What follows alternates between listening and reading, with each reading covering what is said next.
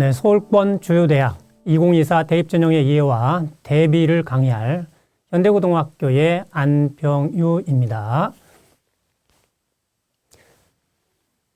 네, 오늘 강의할 그 차례는 첫째 2024 학년도 대입 전형 주요 사항에 대해서 살펴보고, 두 번째로 전형 유형별 특징 및 대비 방법을 살펴보겠습니다. 그리고 마지막으로 대학별로 전형의 특징을 살펴보는 것으로 하겠습니다. 자, 첫 번째로 2024 학년도 대입 전형 주요 사항을 살펴보겠습니다. 대입 전형 일정을 좀 확인을 할 필요가 있겠지요. 그렇게 많은 시간이 남아있지는 않습니다. 수시 원서 접수는 9월 초에 합니다. 지금 9월 달이니까 6개월 정도 남았지요. 좀 더 인내력을 발휘해서 수험 준비에 임했으면 좋겠습니다. 두 번째로는 수능 시험이죠. 수능 시험까지 끝까지 최선을 다해서 목표한 바를 좀 이루었으면 좋겠습니다. 11월 16일이 수능 시험일입니다. 네, 2024 대입의 주요 변화를 보면 첫 번째 학종 서류의 변화가 가장 큰 변화라고 볼 수 있겠습니다. 학생부 반영 항목이 많이 축소됐죠. 뒷부분에서 자세히 알아보도록 하겠습니다. 자소서가 폐지되어서 수험생 입장에서 부담이 많이 줄어들었다라고 생각할 수 있겠습니다. 대신에 학생부에 보다 충실하게 활동과 관련된 내용들이 기록되도록 해야 되겠지요. 수시와 정시 선발 인원은 그렇게 큰 변화가 있지는 않습니다. 좀 안정된 상태에서 진행될 것으로 보여지는데요. 대학별로는 인원이 좀씩 변하는 경우가 있습니다. 대표적으로 고려대는 학교장 추천 교과 전형이 감소하고 종합 전형이 증가를 했습니다. 홍익대는 종합 전형이 이제 감소하고 실기 실적 전형으로 미술과 관련된 지원자들이죠. 증가가 됐습니다. 그다음에 사회 통합 전형 지역 인재 규모가 좀 확대되었지요. 그다음에 네 번째로 대학별 전형 방법이 변경됐다든가 최저 등급이 완화된 학교들이 많습니다. 최저 등급이 완화된 그 학교들이 상당수 있기 때문에 작년하고 좀 비교를 하면서 좀 생각을 해야 될 것입니다. 대표적으로 서울대 같은 경우에 과학2 그 필수 응시였는데 가산점으로 변경됐습니다. 물론 가산점은 정시해 주는 거지요. 수시는 최저 등급이기 때문에 이를 그 응시해도 충분히 응시할 수 있는 자격이 되는 것입니다. 그다음에 정시에는 자연계열 그 선택 과목이 지정되었던 것들이 폐지된 학교들이 있습니다. 서강대가 그 과탐, 수학, 미적기하 원래 없었죠. 작년에도 없었고, 그다음에 성균관대 같은 경우에 과탐 1과목이 필수로 되어 있습니다. 한 과목은 사탐 봐도 관계없다는 얘기입니다. 그래서 좀 완화된 그런 부분들이 좀 있습니다. 자, 그다음에 대입 전형 그 공정성과 관련해서 비교과의 그 대입 전형 그 자료로 제공되는 것이 축소된 항목들입니다. 올해 고3부터 시행되는 것이죠. 수상 경력을 제공하지 않습니다. 잘 알고 계시겠죠. 그다음에 독서 활동. 근데 독서 활동은 그 난 자체는 안 갑니다만 관련해서 그 읽은 독서 내용 이런 것들을 동아리라든가 진로 활동이라든가 세부 능력 특기 사항이라든가 이런 곳에 함께 기술됐으면 좋겠습니다. 그러니까 독서 활동 난이 안 간다는 얘기지 독서 활동과 관련된 내용을 기재를 못하는 것이 아닙니다. 대학은 공부하러 가는 곳입니다. 책을 보고 공부하는 곳입니다. 독서 매우 중요한 사항이라고 생각이 됩니다. 그다음에 자율 동아리를 작년까지는 명칭과 동아리의 성격을 기술했었는데 그 자체가 이제 가지 않습니다. 그다음에 개인별 봉사활동을 한 것은 가지 않지요. 물론 학교에서 계획에 의해서 한 것은 제공됩니다.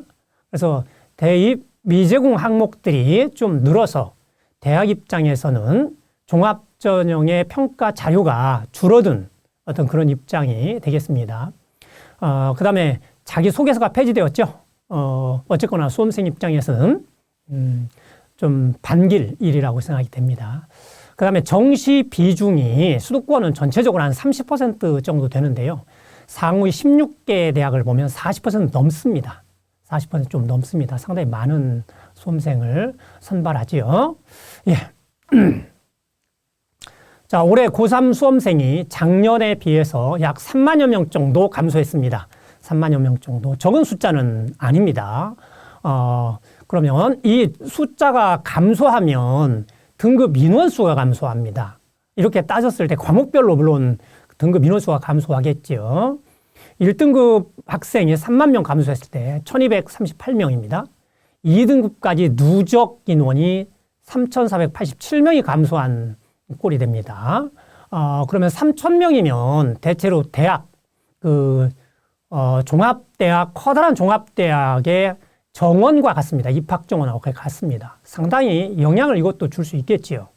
그런 부분에서 최저 등급을 세계합 8에서 세계합 7 이렇게 세계합 7에서 세계합 8로 완화했다라고 해도 그것이 어느 정도 효과가 있을지, 완화 효과가 이런 부분에서 조금 의문이 드는 측면이 있습니다. 그러니까 수험생이 줄었기 때문에 등급 받는 건 더 짜집니다. 또 그런 부분들도 고려를 해봐야 되겠지요. 자, 그러면 그룹별로 한번 보겠습니다. 서울의 주요 대학들인데요. 상위 11개 대학을 살펴보면 정시가 제일 많습니다.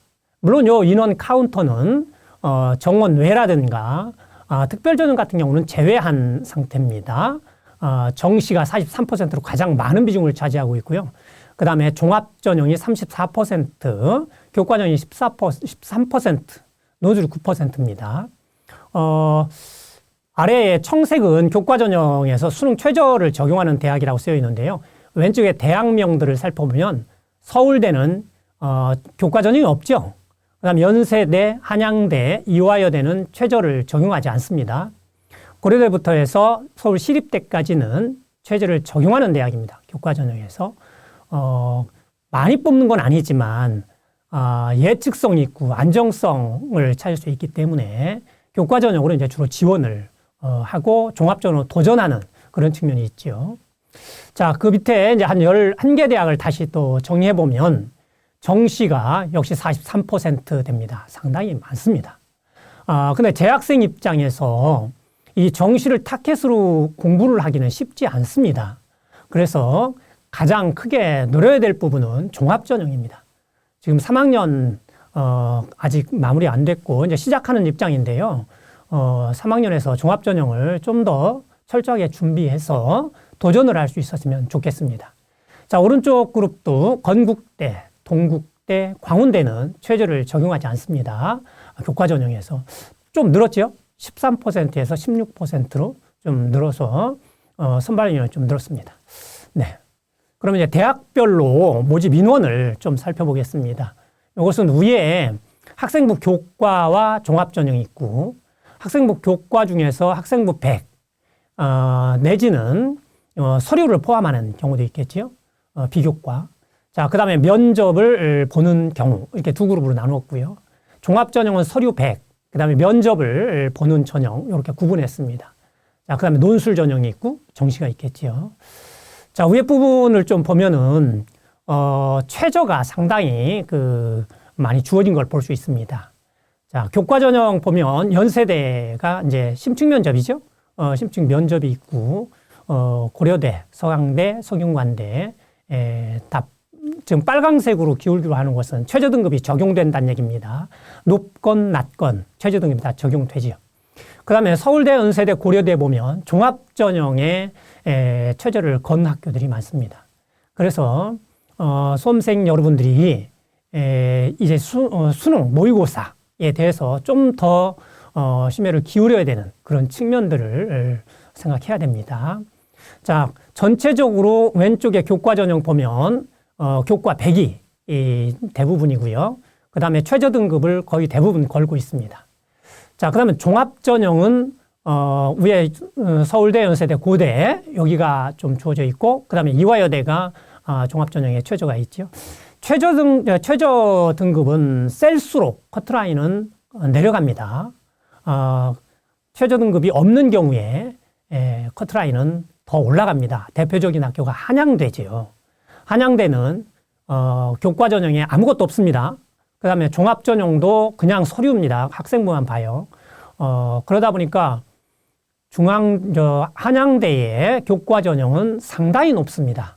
상당히 높습니다. 어떤 그런 부분을 감안을 해야 된다는 얘기입니다. 수능 준비가 좀 필요하다는 얘기죠.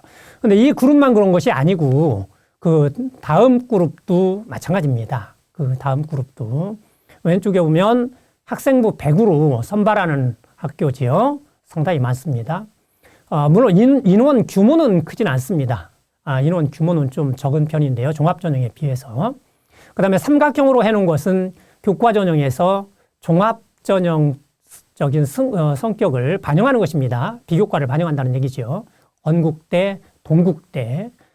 앞에 보면은 고려대, 성균관대, 경희대 이렇게 5개 학교, 상위권 학교 중에서 종합전형 성격을 좀 반영합니다. 그래서 교과만 무조건 잘한다 그래서 이 학교에 진입할 수 있는 것은 아니겠죠. 종합전형도 같이 준비하면서 도전으로 종합전형 생각하면서 해야 되겠습니다. 자, 그 다음에 종합전형을 보면 이 그룹에서는 최저를 적용하는 곳은 홍익대뿐입니다.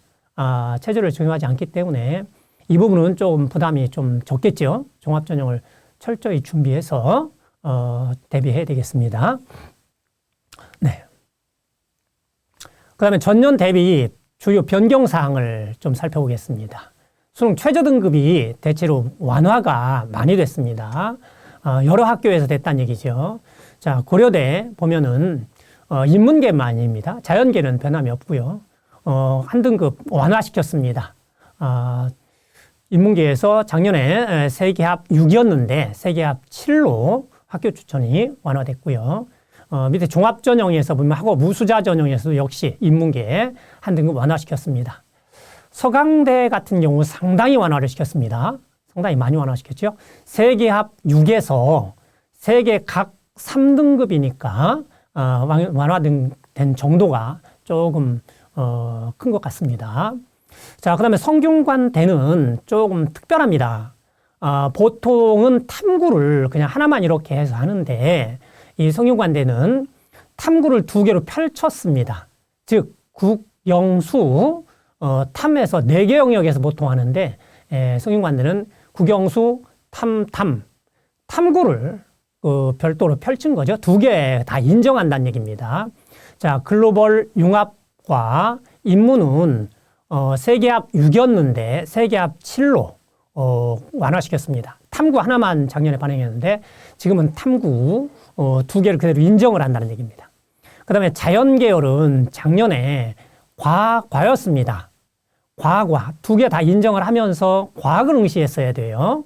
그래서 세계합 6이었는데 사탐도 이제 지원이 가능합니다. 대신에 아까 과는 하나는 더 봐야 된다고 그랬죠. 과는 하나 더 봐야 됩니다. 그래서 세계합 7입니다. 그 다음에 글로벌 리더, 경제, 경영, 이쪽 소프트웨어, 이쪽도 한 등급 완화됐습니다. 홍익대도 세계합 7에서 8로 인문계입니다. 자연계는 아니고요. 변화가 됐죠. 그래서 완화된 대학들이 있다라는 얘기입니다. 그 다음에 논술 전형으로 많이 지원을 하진 않습니다만 논술 전형도 같이 한 등급씩 완화시켰습니다. 대체로. 그래서 최저 등급의 변화를 좀 눈여겨보시고 학력평가, 전국연합 학력평가 결과가 나왔을 때 눈여겨보시기 바랍니다.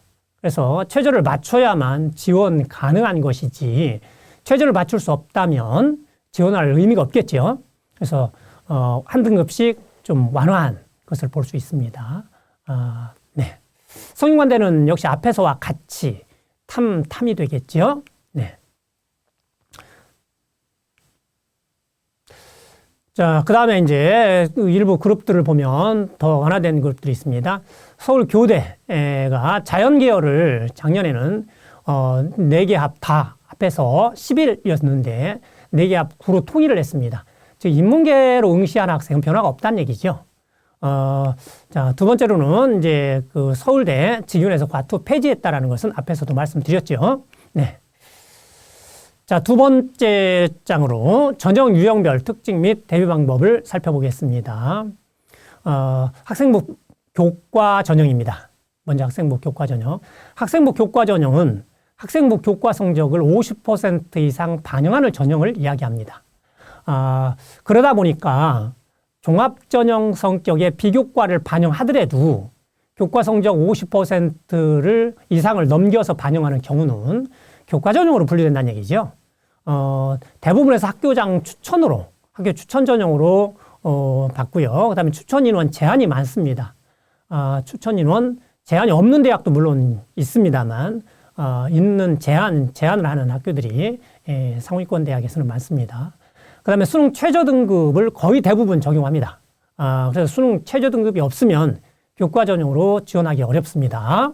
그래서 늘 그 유념해서 학력평가 실시될 때 관심 있게 좀 살펴봤으면 좋겠습니다. 그 다음에 교과 내신 관리는 필수겠죠. 3학년 때 나오는 내신 그 등급이 나오는 과목이 많지는 않습니다만 대체로 봤을 때 관리가 필요하겠죠. 중요한 끝까지 좀 관리를 잘 해야 될 상황이라고 생각이 됩니다. 그 다음에 내신을 산출할 때 대학마다 산출할 방법이 다릅니다. 그러다 보니까 유불리가 발생할 수 있습니다. 유사한 레벨의 대학이라면 그 유불리가 조금씩 발생할 수 있습니다. 그 다음에 상대적으로 예측성이 높습니다. 이미 내신 성적이 3학년 1학기까지 다 나온 결과를 가지고 작년에 결과를 비추어서 지원을 하기 때문에 예측성이 높은 편이죠. 자, 학교장 추천 전형을 한번 살펴보면은 먼저 재학생만 지원할 수 있는 학교들이 있고 졸업생과 재학생 같이 지원할 수 있는 그룹으로 이렇게 나눌 수 있습니다. 그럼 먼저 재학생만 지원할 수 있는 그룹이죠. 이 중에서 고대 같은 경우는 작년에 졸업생도 지원 가능했습니다만 올해부터는 재학생만 가능합니다. 자, 작년에 경쟁률을 비교해서 봤는데요. 서울대 같은 경우는 지역균형이죠. 2명 추천 가능합니다. 아마 올해는 지원자가 좀 더 늘지 않을까 하는 생각을 해봅니다. 과학2, 의무에서 해제됐기 때문에 과학만 응시하면 되겠죠. 그래서 추천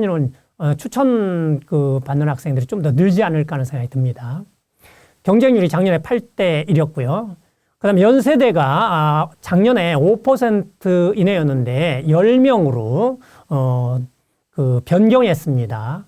뭐 크게 늘어난 것 같지는 않습니다만 작년에 평균 경쟁률이 5.8대 1이었습니다. 근데 1단계가 5배수, 5배수입니다. 그러면 평균적으로 봤을 때는 원서는 학생 거의 대부분 면접을 갔다는 얘기입니다. 그럼 면접은 심층 면접입니다. 재시문의 그 심층 면접이 조금 까다롭죠. 그런 면에서 면접 준비를 좀 할 수 있는 학생이라면 한번 도전을 적극적으로 생각해 보는 것도 좋은 방안이라고 생각이 됩니다. 자, 그 다음에 서강대가 10명에서 20명으로 많이 늘렸습니다. 확장을 했지요. 그 이유는 아마 작년 경쟁률이 9.5대 1이기 때문에 좀 낮아서 그럴 것 같습니다.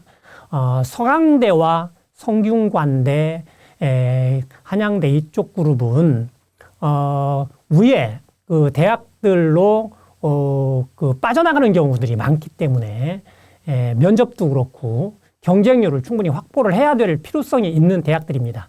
그런 면에서 지금 추천 인원을 20명으로 늘린 것으로 보입니다. 자, 그 다음에 두 번째로 이제 졸업생과 재학생이 같이 지원할 수 있는 것이죠. 동국대에서부터 홍익대까지 쭉 볼 수 있습니다. 뭐 큰 변화는 없습니다만 시립대가 8명 추천에서 10명 추천으로 바뀌었고요. 그 다음에 오른쪽 그룹을 보면 추천 인원 제한이 없죠. 다 받을 수 있다는 얘기입니다. 숙명여대와 이화여대가 10%에서 제한을 없앴고요. 이화여대는 5명의 제한을 없앴습니다. 추천을 받는다고 그래서 합격의 가능성이 커지고 이런 건 아닙니다. 전국에 추천받은 학생들끼리 경쟁을 한다라는 의미죠. 물론 이제 추천 인원 제한이 크게 되면 경쟁률은 제한되기 때문에 좀 낮아질 수 있습니다. 근데 보다시피 인원이 그렇게 적게 추천되는 것은 아닙니다. 그래서 충분히 작년 결과라든가 이런 걸 통해서 합격 가능성을 생각해보고 지원을 해야 되겠죠. 물론 뭐 도전을 하기 위해서 지원하는 경우도 있을 수 충분히 있겠죠. 네, 그래서 추천 인원이 상당히 많다. 물론 여기에 지금 표시되어 있지 않은 대학들, 수도권 대학들도 추천을 받아서 하는 지역인재 전형이 다 있습니다. 또 그런 부분을 감안해서 내신 관리해서 좋은 결과 있기를 바랍니다. 자, 최저 등급을 또 이렇게 정리를 해봤어요. 상위권 대학, 숭실대, 한국외대, 성균관대 일부가 지금 왼쪽은 교과 전형입니다. 그 다음에 탐구 한 과목이냐, 두 과목이냐 이렇게 구분을 했죠. 숭실대하고 한국외대 이쪽은 두 개 합 4입니다. 상당히 높죠. 높은 최저 등급을 지금 걸고 있고요. 성균관대 일부는 세계 영역을 반영하면서 세계 합 6이 되겠죠. 일부 학과 있습니다. 자, 그 다음에 작년에 비해서 크게 변한 학교가 홍익대입니다. 홍익대 작년에 세계 합 7에서 세계 합 8로 좀 완화됐습니다.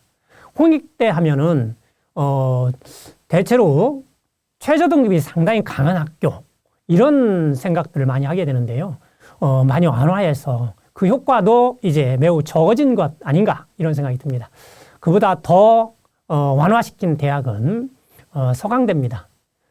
세계 합 6에서 그 세계 3등급입니다. 굉장히 완화했죠. 작년하고는 좀 많이 이제 영향을 받을 것 같습니다. 최저 등급에서 그런 부분을 볼 수 있고요.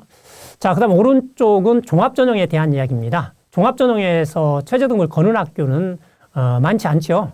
지금 여기에 주어져 있는 학교들입니다. 이화여대 인문 계열 2.0 평균 2.0을 요구하고 있고요. 그 다음에 고려대 학업우수 4개 영역 8이죠. 4개 영역 8이고요. 서울대 직윤 3개 합 7을 이렇게 걸어놨죠. 그 다음에 탐구 하나를 반영하는 학교가 연세대, 이화여대 뭐 이렇습니다. 근데 연세대 같은 경우는 영어가 3등급 필수입니다. 영어 3등급은 따로 빼고요. 나머지 2개 합 5를 걸고 있는 것이죠. 네, 홍익대는 종합전형도 이제 같이 한 등급씩 완화시켰습니다. 자, 그 다음에 교과전형은 교과 성적을 반영하는 건데요. 성적 반영하는 방법이 대학별로 차이가 있습니다. 왼쪽에 보면 국영수 사회, 인문은 국영수 사회를 반영한다는 얘기입니다. 자연은 국영수 과학을 반영하고요.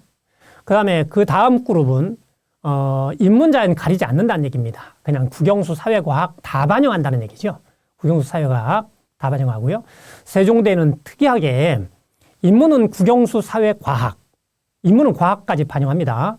그 다음에 자연은 국영수 과만 반영합니다. 세종대 조금 특이한 케이스가 되겠죠.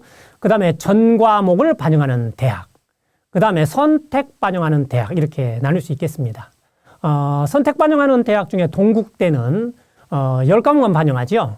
그러다 보니까 실제 합격생들의 그 10과목만 잘한 과목 10과목이 있기 때문에요. 상당히 높게 나타납니다.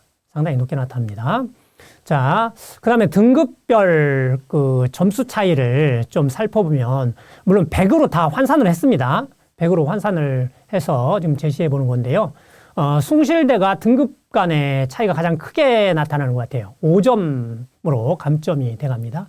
더 큰 대학이네요. 서강대가 중간에 국영수 사회과학 다 반영하는 서강대가 제일 크네요.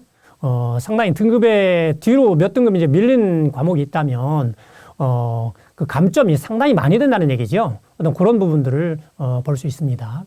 자, 그 다음에 빨강색으로 표시된 경희대, 건국대, 고려대, 성균관대, 동국대는 비교과를 반영합니다. 비교과. 경희대는 출결, 봉사, 세특 이런 부분을 반영하고요. 건국대는 세특 중심으로 반영한다라고 되어 있습니다. 그다음에 고려대는 종합전형 성격의 비교과 반영입니다. 성균관대는 진로 전문교과, 진로 과목, 그다음에 전문교과 이런 과목을 반영한다는 얘기고요. 동국대는 종합평가입니다. 그렇게 해서 플러스 한다는 얘기죠. 교과 성적이 중요하지 않은 건 아니고요. 그다음에 동국대 같은 경우 보면 등급 간 차이가 그렇게 크지 않습니다. 다른 말로 해서 서류평가도 상당히 중요한 의미를 가질 수 있다라는 것을 생각해 볼 수 있습니다.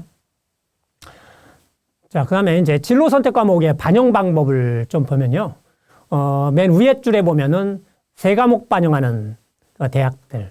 그 다음에 주요교과. 여기서 주요교과는 국영수 사회 내지는 국영수 과학 아니면 국영수 사회 과학을 얘기합니다. 그 다음에 전과목.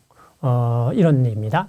그 다음 왼쪽에 보면 성취도별 환산 점수, 등급이나 환산 점수로 반영하는 대학이 있고, 성취도를 비율에 따라서 A의 비율, B의 비율에 따라서 이제 계산을 하는 학교가 있고 정성평가하는 학교가 있습니다. 지금 눈여겨봐야 되는 학교 중에 하나는 고려대입니다. 작년에까지 서강대와 함께 A의 비율을 계산했어요. A 비율이 높을수록 점수가 작아집니다. A의 비율이, A를 받은 학생의 비율이 많아질수록 점수가 적어졌다는 얘기예요. 그런데 올해 고려대가 성취도 비율과 관계없이 A는 그대로 1등급으로 변경됐습니다. 뭐 고대 정도 지원하려고 하는 학생이라면 진로 선택 과목 다 A 받겠죠. 그래서 별 큰 손해를 보는, 감점을 당하는 그런 경우는 없을 것으로 예상됩니다. 그래서 서강대만 A의 비율을 반영해서 계산을 하게 되겠습니다. 올해 새롭게 진로 선택 과목을 반영하는 학교가 국민대, 서울여대, 한국외대가 있습니다. 물론 대부분 A를 받기 때문에 크게 신경 쓰지 않아도 되는 그런 부분으로 생각이 됩니다.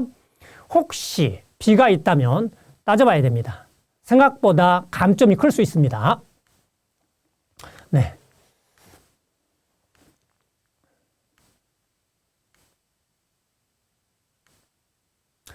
그 다음에 진로 선택 과목의 점수 부여를 좀 보겠습니다.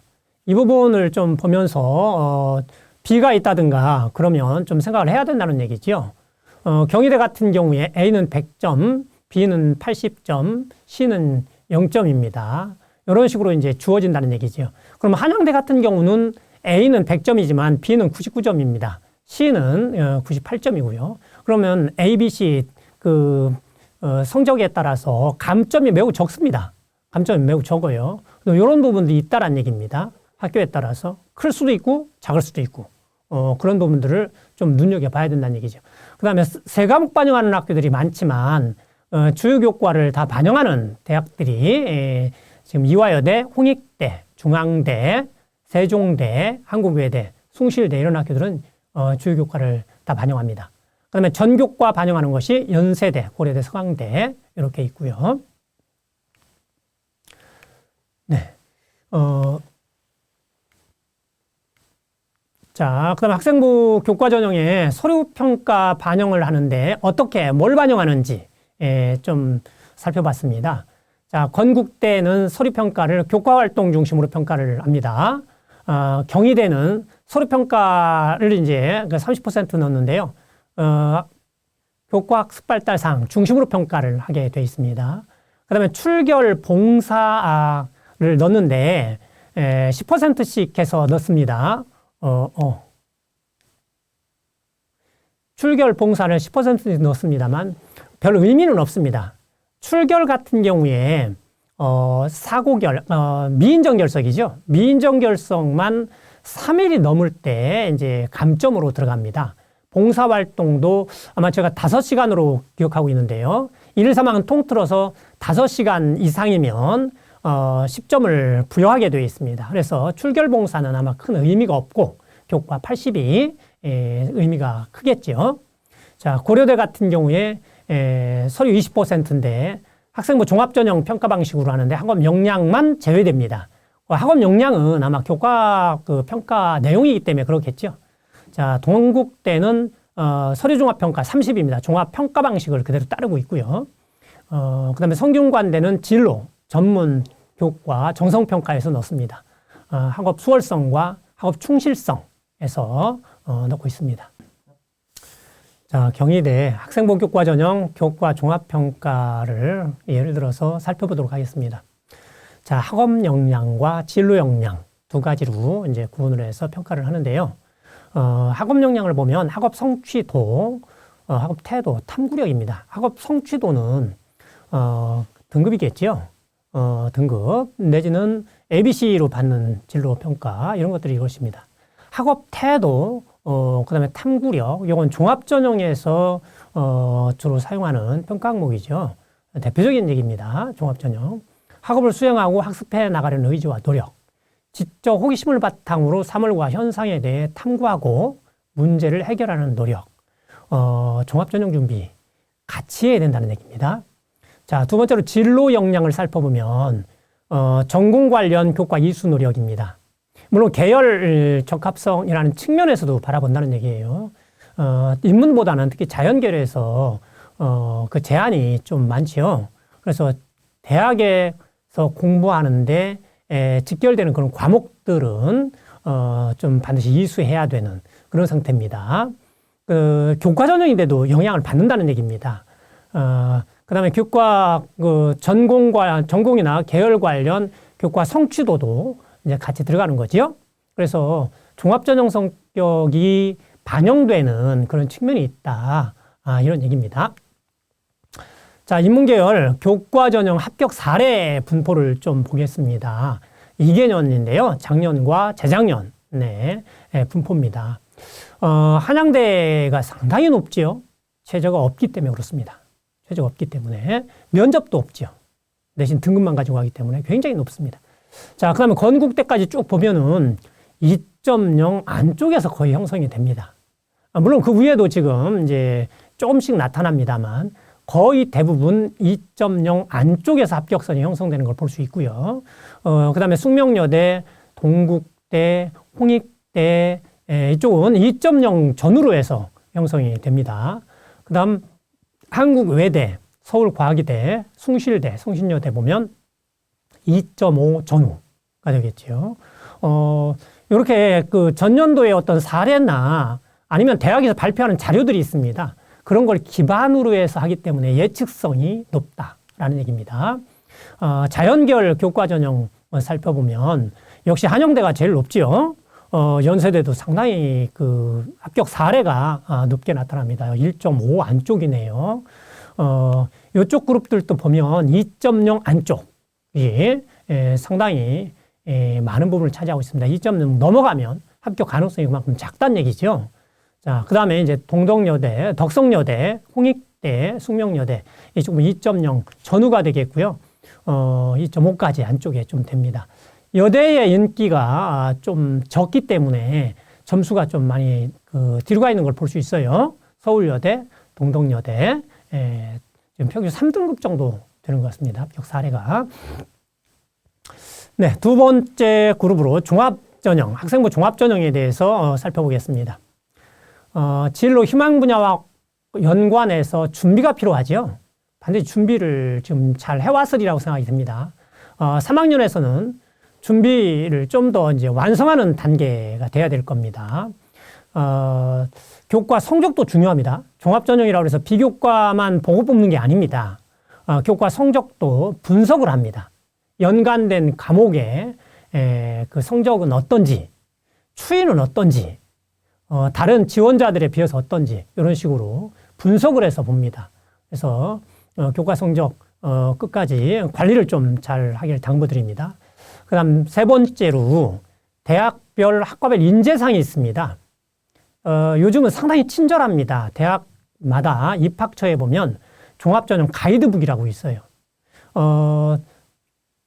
이제 3학년 시작했습니다만 목표로 하는 대학이 있겠지요.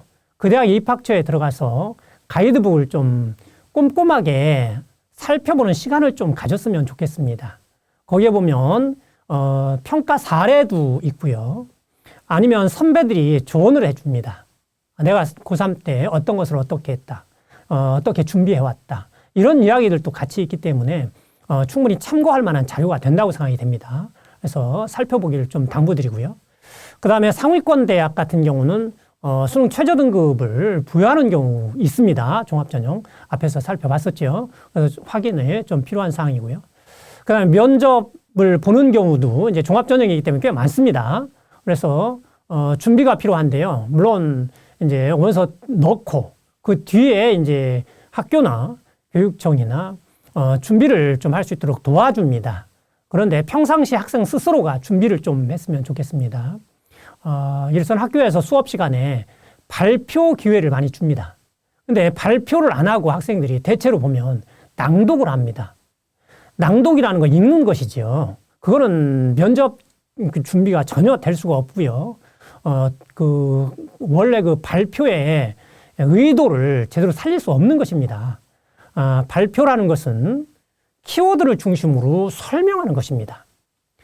그 연습을 자꾸 하세요. 그러면 면접 연습 상당히 잘 될 수 있습니다. 그러면 아마 그 평가하는 선생님 입장에서도 낭독하는 학생에 비해서 발표하는 학생의 어떤 써줄 얘기들이 훨씬 더 많을 거예요. 그런 것들을 좀 고려해서 기회를 잘 활용을 했으면 좋겠습니다. 자, 그러면 종합전형을 준비하려면 어떻게 해야 될까 한번 정리를 해봤습니다. 첫째는 좀 관심 분야가 좀 있어야 됩니다. 관심 분야. 그게 어느 것이 됐든 관심 분야가 좀 있어서 그걸 중점적으로 좀 그 심화 탐구를 해야 된다라고 생각합니다. 그러면서 심화 탐구를 하면 지적 호기심이죠. 누가 시켜서 한 거 아니잖아요. 그러다 보니까 자기 주도성도 같이 드러나는 것이고요. 그 다음에 그게 진로 분야와 연관성이 있다라고 한다면 진로 역량 측면에서도 평가를 받을 수 있죠. 그럼 이런 측면들을 이제 연관성이 좀 있어야 되겠죠. 아무 관계 없이 생뚱맞게 할 수는 없잖아요. 관련 교과라든가 동아리라든가 아니면 진로라든가 이런 것과 연관해서 서술될 수 있도록 이제 찾아야 되겠습니다. 그 다음에 노력의 방향은 좀 더 심화를 시켜서 좀 알아보려고 노력을 하고, 그 다음에 확장을 하고, 아니면 비교를 하는 방향을 생각해 보세요. 그래서 심화는 좀 더 깊이 들어간다는 얘기죠. 확장은 좀 다른 분야와 연관성 이런 측면들이고요. 비교는 뭐 다른 확장과 비교는 유사성이 있을 수는 있습니다. 어떤 그런 부분에서 이제 생각을 해봐야 됩니다. 그럼 어떻게 심화를 할 거냐, 확장을 하고 비교할 거냐. 원리와 개념을 분명히 하는 것이 중요합니다. 우리가 보통 원리나 개념을 안다고 생각합니다. 그런데 가만히 생각해 보면 상당히 그 어려운 그런 말들이 많아요. 깊이 있게 좀 알려고 좀 해보세요. 그리고 독서를 할 수도 있습니다. 독서. 대입 자료로 제공은 독서란 자체는 가지 않습니다만 평가할 때 그 내용으로 포함해서 서술을 해주는 게 좋습니다. 그러니까 독서를 한다든가 실험을 한다든가 설문조사를 한다든가 이런 식으로 해서 깊이 있게 알려고 노력을 해야 됩니다. 그런 것을 바탕으로 해야 되는데 그러한 내용이 중학생도 할 수 있는 내용이라면 대학에서 특히 지금 상위권 대학이거든요. 서울의 상위권 대학들 과연 높게 평가할까요? 예를 들어서 키트를 가지고 하는 혈액 판정 실험 많이 합니다. 아니면은 그 다른 간단한 키트를 가지고 하는 실험들이 있어요. 그것을 했을 때 그게 대학에서 특히 상위권 대학에서 의미 있게 해석할 수 있을지 생각해 볼 수 있기 바랍니다. 그 키트 가지고 하는 것은 중학생도 할 수 있잖아요. 그런 것들을 했을 때 그걸 끈으로 해서 좀 더 깊이 들어갈 수 있는 아니면 심화를 해서 확장을 하든지 비교를 하든지 어떤 이런 측면에서 좀 고민을 해야 됩니다. 만약에 1, 2학년 때 종합전형으로 중학생도 할 수 있는 내용이 이렇게 돼 있는 것이 여러 개 있을 수 있습니다. 그럼 그 중에서 좀 더 관심이 가는 주제를 찾는다면 그 주제에 대해서 좀 더 심화하거나 확장하거나 비교를 하는 방향으로 3학년에서 좀 마무리하는 것도 하나의 방법입니다. 새로운 것만, 새로운 주제를 자꾸 찾아서 하는 것만이 능사는 아닙니다. 1, 2학년 때 관심 있던, 그 내용들이 있다면, 좀 더 심화를 하고 그런다면은, 이 학생이, 끊임없이 관심을 가지고 있는 분야구나라는 것을 제시할 수도 있습니다. 그런 부분에서, 생각해 볼 수 있기 바랍니다. 그 다음에 자소서를 제출하지 않기 때문에 기록되지 않으면 안 한 것입니다. 그렇게 노력한 내용이 동아리나 체험활동이나 과목 세특, 종합의견, 이런 난 어딘가에 기록이 되어야 됩니다. 기록이 될 수 있도록, 해야 되고요. 그 다음에 선생님들한테 이제 말씀을 드린다든가 아니면 보고서를 쓴다든가 이럴 때 과정도 좀 얘기를 해줬으면 좋겠습니다. 여러분들이 그 결과만 이렇게 해가지고 내버리면 얼마나 어떻게 노력했는지를 선생님들은 몰라요. 근데 그런 부분에서 어떻게 그 노력했고 얼마나 그 힘들었고 가장 힘든 것은 무엇이었고 해결은 어떻게 했고 이런 부분도 같이 좀 제시해 줄 수 있으면 좋겠습니다. 물론 발표할 때도 얘기할 수 있겠죠. 자신이 어떻게 했는지. 그 다음에 진정으로 깊이 있게 자기가 했다면은 본인한테도 굉장히 의미 있는 일이겠어요. 앞에서 예를 든 걸 가지고 다시 얘기하자면 혈액 ABO식 그 혈액 판정 키트를 가지고 실험을 했다. 자기 인생에 남겠어요? 그 기억이? 본인의 그렇게 깊은 의미를 가져요? 그런데 그렇게 한 걸 가지고 대학 보고 의미 있게 평가해서 저를 선발해 주세요. 말이 좀 안 맞잖아요. 나한테도 의미가 있고 정말 자기가 심혈을 기울여서 했다면 평생 기억에 남을 얘기 드릴 겁니다. 그 정도로 어떤 뭔가를 해놓고 대학에 저 평가해 주세요. 라고 했을 때 의미 있지 않을까요? 자, 그렇게 하려면 시간을 좀 투자해야 됩니다. 그리고 독서를 하든지 실험을 하든지 설문조사든지 하든지 해서 좀 더 고민을 해야 됩니다. 그렇게 했을 때 종합전형으로서 경쟁력을 갖는 학생부를 만들 수 있는 것입니다. 백과사전식으로 여러 경험들을 쭉 서술하는 것은 지금 서울의 주요 대학들에 대한 종합전형 준비 아닙니다. 중하위권대학, 중위권대학 정도라고 봐야 됩니다. 그래서 상위권대학을 노린다면 좀 더 의미 있는 내용을 남길 수 있도록 노력해 주기 바랍니다. 그럼 그렇게 깊이 있게 하려면은 모든 과목, 모든 내용을 그렇게 할 수 없겠죠. 그래서 선택과 집중이 필요합니다. 선택과 집중. 그러니까 자기가 정말 관심 있는 분야라면 좀 더 많은 시간을 투자해서 한두 개, 3학년 1학기 때 하나 내지 두 개 정도가 깊이 있게 좀 쓰여질 수 있는 준비가 좀 필요하다라고 생각이 됩니다. 네. 자, 그렇게 깊이 있게 뭔가를 했다면 학업 역량, 학업 능력을 평가받겠죠. 탐구 능력이 있는 것이죠. 관심이 있고 깊이 있게 뭔가를 하고 했으니까. 그 다음에 진로와 연관성이 있다면 진로, 탐색 활동과 경험과 연결됩니다. 그 다음에 그렇게 어떤 한 분야에 대해서 어떤 특정한 과목과 연결이 돼 있다면 그 분야와 관련해서 열심히 했다면 그 교과도 아마 상당히 성적이 괜찮으리라고 생각이 돼요. 자, 그 다음에 이제 공동체 역량에서 내 혼자 했다면, 이 부분에 대해서는 크게 그 언급을 하기는 어렵겠지만, 팀으로 했다면, 협력과 소통 능력, 이런 것들이 평가받을 겁니다. 그럼 하나를 깊이 있게 해놨다면은, 항목, 그 종합전형의 평가 항목 여러 개에 같이 이렇게 걸치게 되어 있습니다. 그러니까 따로따로 준비하는 게 아니지요.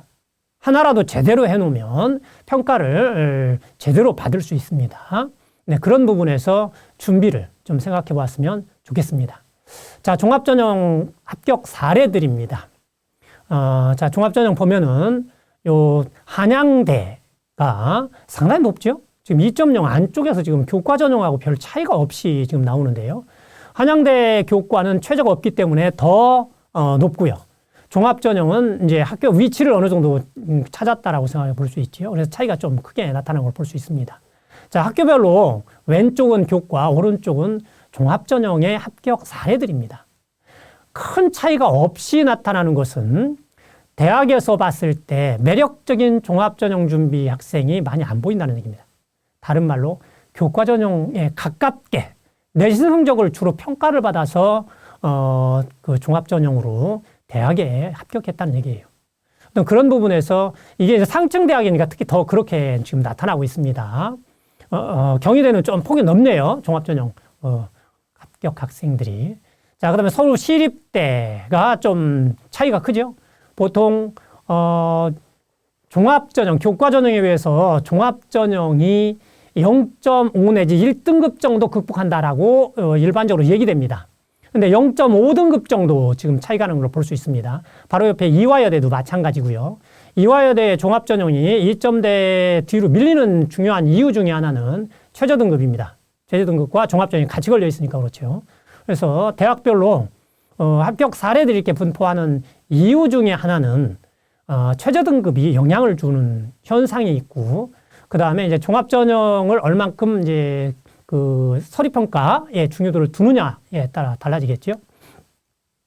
자, 그 다음에 다른 그룹들을 한번 다시 봤어요.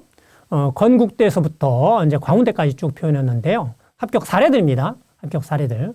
건국대 보면은 2.0을 기준으로 해서 확실히 갈리죠. 확실히 갈립니다. 교과는 2.0 안쪽 학생들이 주로, 여기서 교과 성적은 인문은 국영수 사회, 자연은 국영수 과학을 한 것입니다. 동국대 같은 경우에는 빼서 반영하잖아요. 10과목 이렇게 빼서 반영하기 때문에 상당히 앞으로 가게 됩니다. 지금 동국대 가운데 쪽에 있는데요. 자, 지금 건국대 보면 종합전형은 2.0 이후의 학생, 2.5 사이의 학생들이 주로 합격을 한 걸 볼 수 있어요. 자, 그 다음에 광운대 같은 경우는 상당한 차이가 있네요. 그죠? 교과전형과 종합전형. 이 교과전형에 최저가 없습니다. 최저가 없다 보니까 내신 등급이 더 높게 형성이 된다라는 얘기죠. 자, 그런 식으로 이제 이 그룹에서 보면 차이가 크죠. 종합전형하고 교과전형의 차이가 확실히 보이는 걸 볼 수 있습니다. 확실히. 그래서 종합전형 준비로 이제 좀 더 교과전형으로 갈 수 없는 대학을 도전하는 것입니다. 도전하는 것입니다. 그런 부분에서 이제 생각해 볼 수 있습니다. 자, 정시를 살펴보겠습니다. 정시는 모집군별로 각각 1회씩 해서 3회 지원 가능합니다. 3회 지원. 대부분 수능 100으로 선발하는데요. 단 작년부터 좀 변화가 있었죠. 서울대는 작년부터, 고려대는 올해부터 교과 성적 반영하는 전형이 신설됐습니다. 물론 정시까지 준비하는 학생 그렇게 많지 않으리라고 생각합니다만 정시를 생각한다면 3학년 2학기 내신까지 교과 등급까지 관리가 필요한 상황이라고 생각합니다. 자, 그다음에 대학에 따라서 수능 성적을 반영하는 방법이 이제 다양합니다. 영역별로 반영 비율이 이제 정해져 있죠. 일정하게 내 영역이라고 해서 국어, 영어, 수학, 탐구에서 내 영역이라고 해서 동일하지 않습니다. 인문은 국어, 영어 쪽이 대체로 높고요. 자연은 수학, 과학 쪽이 대체로 높습니다. 그 다음에 반영 지표는 표준 점수, 상위권은 표준 점수를 많이 반영하죠. 표준 점수를 반영하고, 그 다음에 이제 영어라든가 아니면 한국사, 이제 가산점, 감점, 뭐 이런 식으로 주어져 있습니다. 모집 인원은 40% 넘는데 상당히 큰 비중을 차지하고 있습니다만, 재학생의 그 비율은 실제로 등록을 하는 학생들의 그 비율이 그렇게 많이 높지는 않습니다. 그래서 일반적인 일반고라면 여기까지 노리면서 정시까지 노리면서 뭘 하기는 쉽지 않을 것으로 생각이 됩니다. 자, 그다음에 정시 지원 가능권이 수시 지원 기준이 됩니다. 정시에 충분히 갈 수 있는 학교라면 정시에 지원하지 않겠지요. 그런 부분에서 이제 모의고사 내지는 모의 수능 최선을 다해서 준비를 해야 됩니다. 그래서 그 데이터를 가지고 수시에 어떻게 지원할 것인지 생각해야 됩니다. 만약에 수능이 안 나온다는 전제가 깔려버린다면 최저를 버려야 되고 그러기 때문에 상당히 밑으로 내려와야 됩니다. 밑에서부터 올라가야 된다는 것이요. 상당히 밑에서부터. 그런 부분이 있기 때문에 이제 3학년이기 때문에 모의고사에 좀 더 신경을 썼으면 좋겠습니다. 그 다음에 수학, 미적이나 기하, 응시자들이 인문계로 교차 지원합니다. 과에 따라서는 70%, 80% 학생이 미적, 기하, 응시생들입니다. 상층대학이죠. 완전 상층대학들. 그래서 이런 것들이 이제 변화를 줍니다. 그 다음에 예측 가능성은 상대적으로 높은 편입니다. 상대적으로 높은 편이고요. 자, 그러면 영어 등급 간 그 차이를 좀 정리해 봤는데요. 서울대하고 고대는 감점입니다. 감점제인데요. 서울대는 매우 미미하죠. 작습니다만 극상 학생들이 모이기 때문에 이 점수도 사실은 그렇게 작은 점수는 아니죠. 커트라인에서는 0.001도 합격과 불합격을 가릅니다. 자, 그 다음에 연세대 서부터 쭉 점수 제시를 했는데요. 점수 차이가 상당히 연세가 크네요. 그죠? 오른쪽에 보면 1등급과의 차이입니다. 누적으로 해서. 1등급과 2등급 차이가 5점. 그 다음에 1등급과 3등급 차이가 12.5점. 이렇게 이제 난다는 얘기입니다. 그래서 대학에 따라서 등급 간 차이 점수가 이렇게 다양하기 때문에 나중에 자기가 지원을 한다면 영어 어떤 분야에 따라서 유불리가 좀 발생할 수 있을 겁니다. 이렇게 쭉 정리해 봤습니다. 그 다음에 정시는 작년 데이터는 아직 발표된 게 없기 때문에 재작년 걸 그냥 그래프를 이렇게 쭉 그려봤는데요. 참고만 하시기 바랍니다. 점수대가 쭉 형성되어 있습니다. 이건 100분이기 때문에 석차 개념이거든요. 그래서 대체로 이런 점수대에 의해서 결정이 됩니다. 250점 이상이 되면은 국민대 이상, 지금 인문계죠? 인문계입니다. 요렇게 이제 어느 정도 그 점수대가 있다라는 얘기입니다. 그래서 모의고사 점수를 좀 확인을 해야 되겠죠. 자연계열도 보면 250 이상 되면은 숭실대 이상 이렇게 생각해 볼 수 있습니다. 그래서 요즘은 학생 숫자도 좀 더 줄고 하기 때문에 대체로 수도권 그 서울에 이제 주요 대학들 이름이 좀 있는 대학들 간다면은 240 이상을 좀 받아야 정시에 지원이 가능하다. 뭐 이렇게 이야기를 하죠. 네, 세 번째 장으로 이제 서울 주요 대학 전형의 특징들을 좀 살펴보겠습니다. 먼저 서울대부터 살펴보겠습니다. 자, 왼쪽에 먼저 인원 변동부터 먼저 보고요. 그 다음에 이제 그 전형별로 이렇게 살펴보는 것으로 진행을 하겠습니다. 지역균형, 추천자 인원, 추천 전형이죠. 거기별로 2명 추천하는데 89명이 감소했습니다. 문이 더 좁아졌죠. 그런데 이제 과학2가 필수가 아니기 때문에 아마 지원할 수 있는 인원은 좀 더 늘 것으로 추정됩니다. 그렇기 때문에 경쟁률이 조금 더 올라갈 것으로 보입니다. 그 다음에 일반 전형은 인원이 꽤 많죠. 14명 감소됐습니다만 큰 변화는 아닌 것으로 보이고요. 재시문 면접을 봅니다. 재시문 면접. 그 과목도 이제 그 과에 따라서 있습니다. 자연계열 같은 경우에. 최저는 없습니다. 수능 안 봐도 지원할 수 있습니다. 그 다음에 정시에 이제 좀 특색 있는 것이 그 지역 균형이 됐든 일반 전형이 됐든 교과가 들어간다는 얘기입니다. 서울대. 지역 균형은 인원은 그렇게 많지 않습니다만 교과 40%를 넣습니다. 상당히 많은 그 비율이죠. 그 다음에 일반은 2단계에서 20% 들어가고 있습니다. 이런 부분에서 이제 있다는 얘기죠. 네. 그 다음에 조정 점수라는 것을 주는데요. 그 정시에 갔을 때, 조정 점수라는 걸 주는데, 이게 표준 점수와 관련돼서 주기 때문에, 그 문제 난이도와 관련이 있습니다. 예를 들어서, 과학2 중에 물2가 매우 쉽게 나오고 물1이 매우 어렵게 나왔다. 그러면 표준 점수 자체가 물1이 훨씬 더 높게 나옵니다. 그러면 가산점 3점 주어도 5점 줘도 그 영향이 매우 적을 수 있습니다. 그러니까 조정 점수를 준다고 해서 지금 무조건 유리하다라고 얘기할 수는 없습니다. 과2를 응시한다고 해서.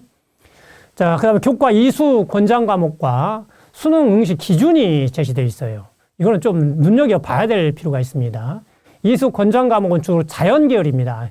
예인데요. 다른 자연계열도 다 주어져 있습니다. 공과대학만 지금 제시하는데요. 대체로 수학 과목, 과학 과목들입니다. 수학 특히 눈여겨봐야 되겠죠. 그 다음에 수능 응시 영역을 보면 인문계열은 제2외국어 한문을 반드시 응시해야 됩니다.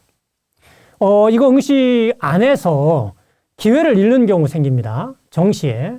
그런 부분에 있기 때문에 좀 반드시 응시해야 됩니다. 그 다음에 자연계열 같은 경우 이제 물 완투, 화 완투 중에서 한 개 이상 응시해야 되는 그런 부분이 있습니다. 지금 왼쪽에 해당되는 그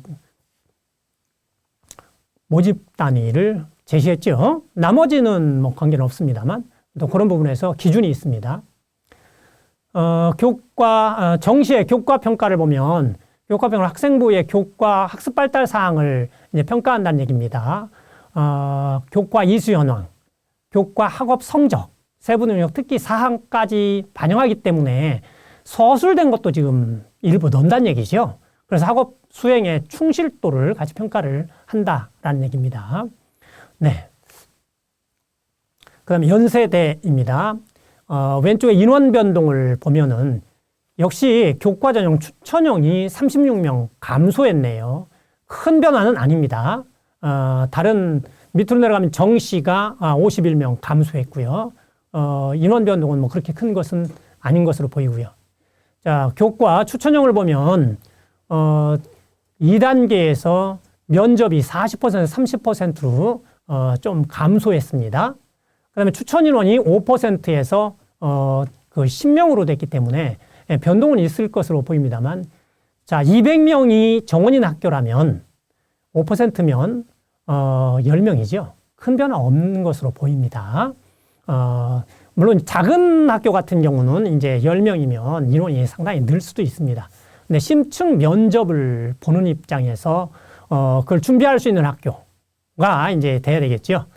자, 그다음에 활동 우수형이 있습니다. 종합 전형으로 이제 활동 우수형과 국제형이 있는데, 교과 전형에는 최저를 부여 안 하면서 종합 전형에는 최저를 부여하는 그런 대학입니다.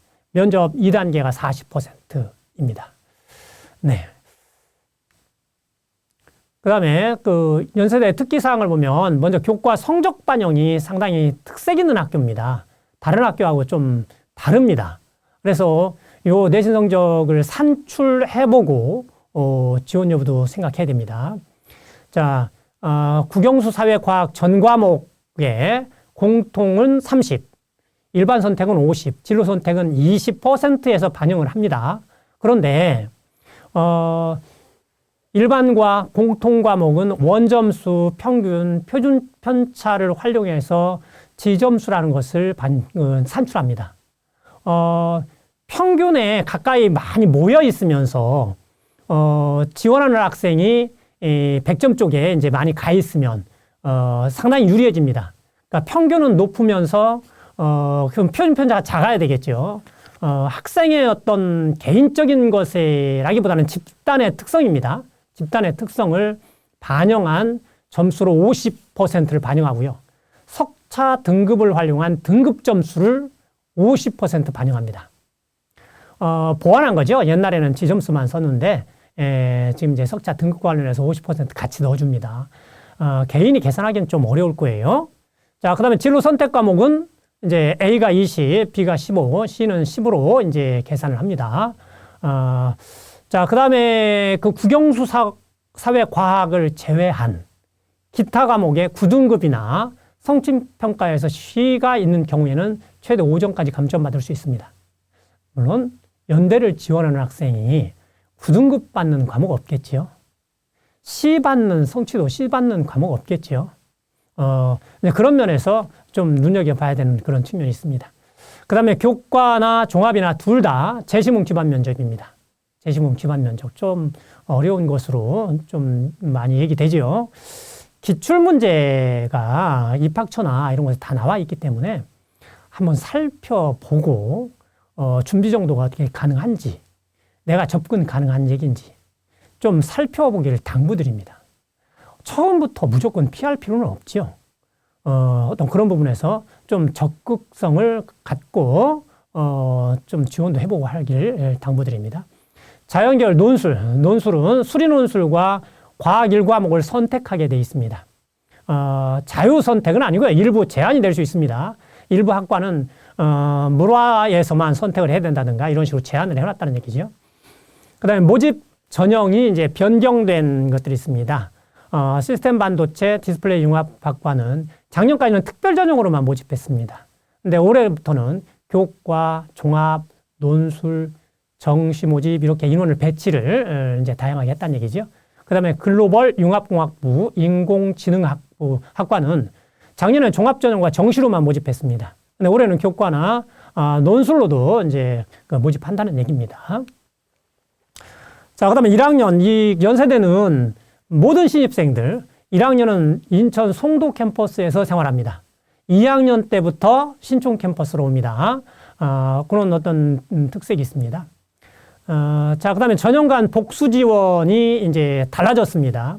학생부 위주 전형 대 세부 전형 간 중복 지원 불가해서, 교과 전형 중에 추천 전형과 활동 우수형 간에만 지원 불가능합니다. 즉, 추천 전형 위에 지금 교과 전형으로 추천 전형, 그 다음에 종합 전형의 활동 우수형 두 개를 한꺼번에 못 넣어요. 그런데 추천형과 국제형은 넣을 수 있습니다. 추천형과 기회전형 넣을 수 있습니다. 이런 식으로 이제 넣을 수 있다는 얘기죠. 그 다음에 학생부 종합전형 중에서 활동 우수형 넣고 국제형 넣을 수 있습니다. 활동 우수형 넣고 기회전형 1, 2 넣을 수 있다는 얘기입니다. 물론 논술 전형이나 다른 데는 자유롭게 쓸 수 있고요. 그래서 제한이 추천 전형과 활동 우수형만 같이 못 넣는다라는 얘기입니다. 그 다음에 기회균형 1이 인원이 상당히 늘었습니다. 작년에 80이었는데 180명으로 100명이 지금 늘었지요. 기회균형 2를 보면 국가보훈, 기초생활수급자, 한부모 가족, 농어촌 학생 이런 그 대상입니다. 자, 고려대입니다. 자, 고려대는 인원 변동이 좀 있는 학교입니다. 학교장 추천을 보니까 205명이 감소했네요. 상당히 많은 감소입니다. 그런 데 비해서 계열적 합평이 100명 늘었습니다. 계열적 합평. 학업부사 58명 늘고요. 그 다음에 수능 그 정시죠. 428명이 감소했으니까, 그건 교과 우수로 이제 전환했죠. 그래서 온 정시 인원은 큰 변화가 있다라고 볼 수는 없겠습니다.